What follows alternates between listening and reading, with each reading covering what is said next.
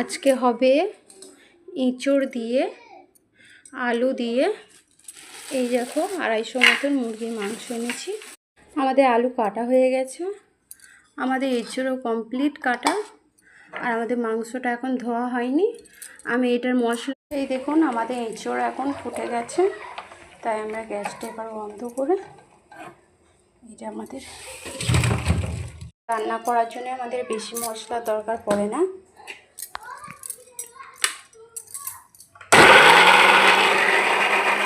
এবার মাংসটা আমরা একটু ভালো করে ধুয়ে নেব।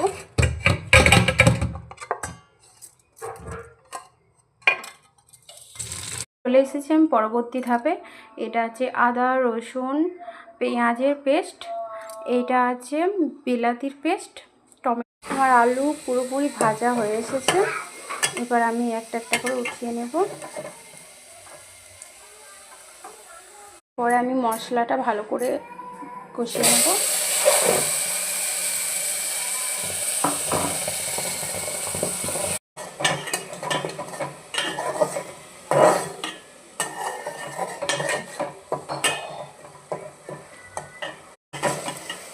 এটা ভালো করে ভাজা হয়ে গেছে, কষানো হয়ে গেছে। এর মধ্যে আমরা বিলাতির পেস্টটা দিয়ে দেব। মশলায় প্রায় তেল ছেড়ে দিয়েছে, ওই জন্য আমরা একটু জল অ্যাড করব। এর মধ্যে একটুখানি জল অ্যাড করব। এর মধ্যে এবার আমরা মাংসটা অ্যাড করব।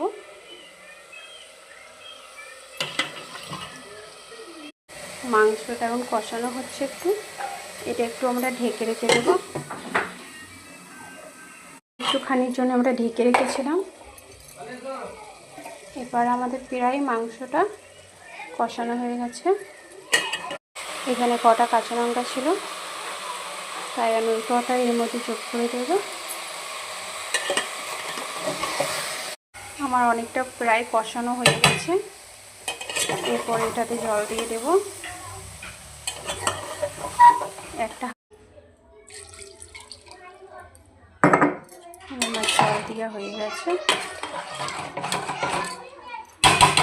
কমপ্লিট। এটা আমি এরপর হতে দেব, ঢাকনা লাগিয়ে দিলাম। গ্যাসটা একটু বাড়িয়ে দেব।